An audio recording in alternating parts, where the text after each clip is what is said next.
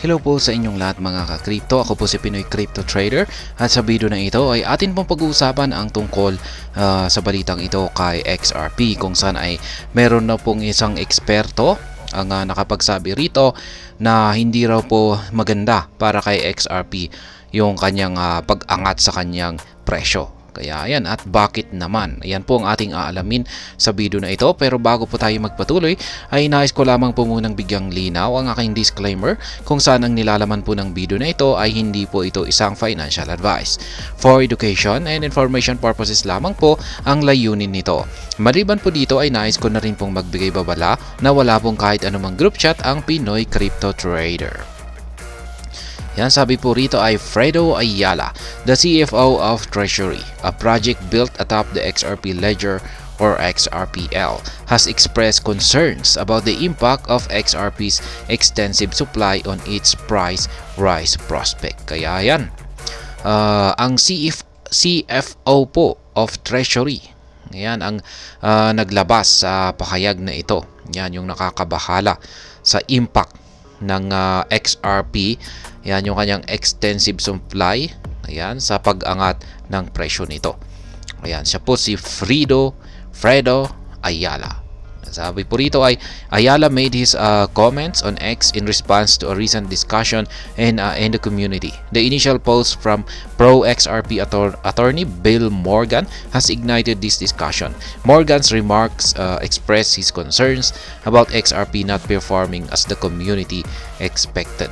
Ayan, napariak po siya si Ayala dito sa sinabi po ni attorney, pro-XRP attorney na si Bill Morgan, kung saan ay meron po siyang concern or nababahala po siya dito sa ayan, hindi paggalaw ng XRP, yung presyo ng XRP na di tulad ng inaasahan ng community. Yan, community ng XRP. And despite the token surging 86% year to date, as it currently trades for 0.6326, most investors envisioned a much better performance. Yan. Yung mga investors po ni XRP ay talagang medyo mas mataas po yung kanilang inaasahan na aakyatin sana ni XRP. Yan, ngunit sa ngayon, hanggang sa kasalukuyan ay ito po ay naglalaro sa presyong 0.6326. Yan, marami po talaga ang mga investor na nag-anticipate na aakyat ng $1 or higit pa sa $1. Pero ayan, magtatapos na ang taong ito ay nandito pa rin po siya sa presyong ito. Morgan, one of these investors, invoked Metcalfe's law, a principle that states that the more people a network welcomes, the greater its value and utility. Kaya yan, ito raw po yung naging basihan ni Morgan, ni Ginoong Morgan. Ayan, attorney Morgan. Yung kanyang naging basihan rito ay yung Metcalfe law. Yan, tinatawag pong Metcalfe law. Ito po yung isang principle na kung mas maraming tao, yan, mas maraming tao ang pumapasok dito or pag-i-invest or nag-i-invest dito kay XRP, ay mas nagkakaroon ito ng mataas na value at saka utility. Ayan. Yan po yung naging basihan ni Ginoong Morgan. Applied to cryptocurrencies, Metcalfe law asserts that a network's value and utility increases exponentially as the number of users or participants grow. When people ask me if XRP's price is suppressed, I think of two words, Metcalfe law, given the growth of projects on day. Ayan, Bill Morgan. Kaya maraming nagsasabi na nasusuppress daw or may nagmamanipulate sa market price ni XRP kung bakit hindi ito makaangat-angat. Kasi marami namang pong pumapasok na mga users, ayan, mga bagong investors, ayan, mga bagong market participants, yan po ay mga investors at saka mga bagong users na gumagamit dito sa network ni XRP. Pero yan, he wondered why XRP's price had remained relatively stagnant despite the growth of projects on the XRPL, such as the addition of non-fungible token, functionality. Notably, the XRPL welcomed NFT functionality last October when XLS-20D went live. In addition, the network has now boosted over 1,500 projects. Kaya yan, ang XRP network ay meron na po silang higit 1,500 na mga projects. Ayan, tuloy-tuloy naman po na lumalago yung kanilang projects dito sa kanilang XRPL. Ayan, lalong-lalo na yung kanilang mga maging yung kanilang mga non-fungible tokens ay yan, tuloy-tuloy pa rin po yung mga developments ng mga ito. Pero ayan, nakakapagtaka talaga. Ayan, kung bakit yung presyo pa rin ni XRP ay nananatiling stagnant. Ayan, or parang hindi gaanong gumagalaw or hindi gaanong nagpapakita ng matinding performance na gaya ng inaasahan ng karamihan. Ripple's XRP's escrow release. Morgan suggested that either Metcalfe law did not apply to the XRP token and the XRP ledger or other factors were holding back XRP's price. Some community members asserted that this other factor is Ripple's monthly escrow release campaign. Kaya yan, may ilang mga community members ang nakakapagsabi na maaring ang dahilan raw po yan sa suppression ng presyo ni XRP ay yung releasing campaign ng Ripple sa kanilang yung kanilang naka monthly escrow. Yan, monthly escrow ng kanilang holdings na XRP token. These individuals argued that releasing 1 billion tokens every month suppresses XRP's price despite Ripple lacking back 700 million to 800 million tokens each time. However, Attorney Morgan dismissed these claims. Kaya yan na nga po yung sinabi ko kanina na yan, beruin mo naman 1 billion na XRP tokens ang nare-release kada buwan. Ayan. Kaya every month, ayan. Kaya ito raw ang posibleng nagsusuppress sa market price ni XRP. Ayan, pero ayon naman po kay Attorney Morgan ay dinismiss niya po ang claim na ito.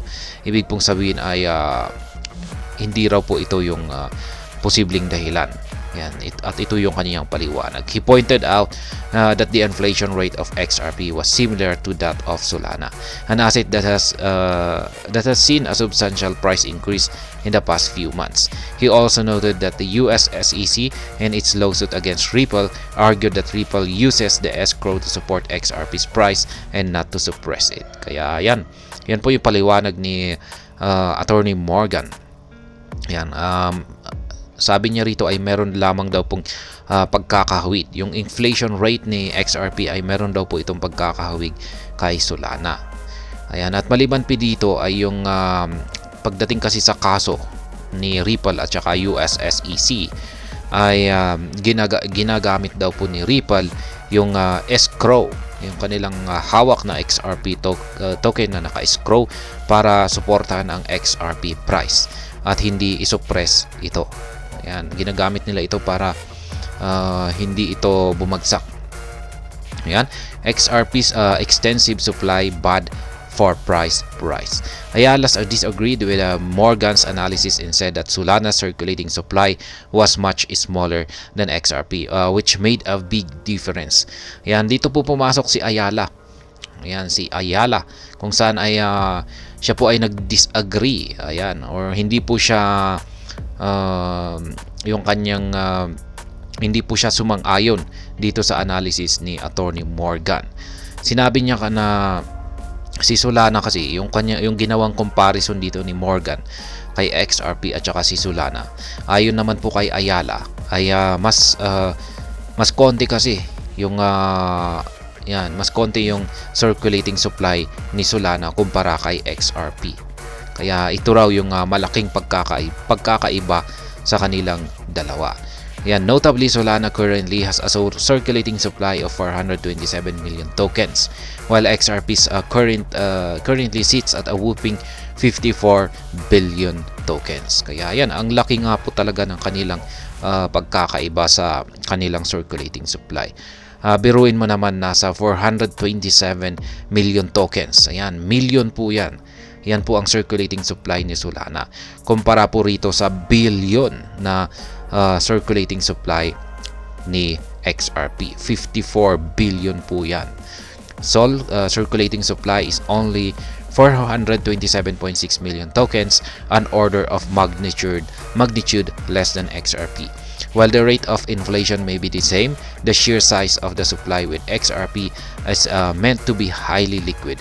That makes for an asset that's bad for price appreciation. I think it's yan po, galing po yan po ang aktual na statement ni Fredo Ayala. Yan. Maski pareho daw yung kanilang rate of inflation. Yan, maski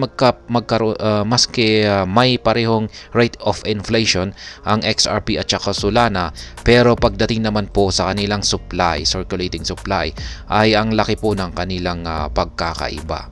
Kaya yan, ito raw po ang siyang dahilan. Ayan, kung bakit nakakasama ito sa price appreciation ng XRP. Ayala explained that the architects of the XRP ledger designed XRP to be highly liquid as a gas token, leading to its large supply. However, he stressed that this large supply now possess a disadvantage for price appreciation. Kaya yan pa rin po ang paliwanag ni Ginoong Ayala, yung napakalaking supply ng XRP. Ito pa rin po yung nagdudulot ng disadvantage niya. Ayan, ito ay umangat ang kanyang presyo. He said that this was a legitimate tokenomics issue and that he expects other tokens with smaller liquidity pools such as Evernode's token Evers and Zahao Network's token ZA to outperform XRP in the bull market. He added that these assets had better tokenomics. Kaya yan. Ang sabi pa ni Ginoong Ayala rito ay mukhang mas magkakaroon pa ng mas magandang performance yung ibang tokens na XRP rito, na katulad ng Evernode, ayan, si Evers at saka si Zahao or ZA. Ayan. Sabi niya rito ay mukhang mahihigitan nila ang itong si XRP pagsapit ng bull market.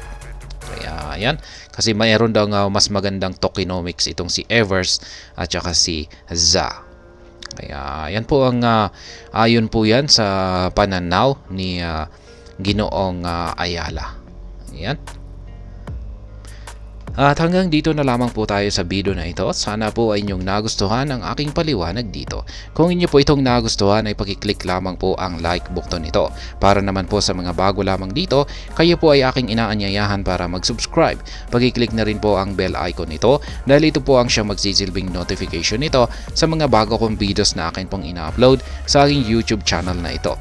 Marami pong salamat sa panonood. Ingat po tayo lagi at God bless po sa ating lahat.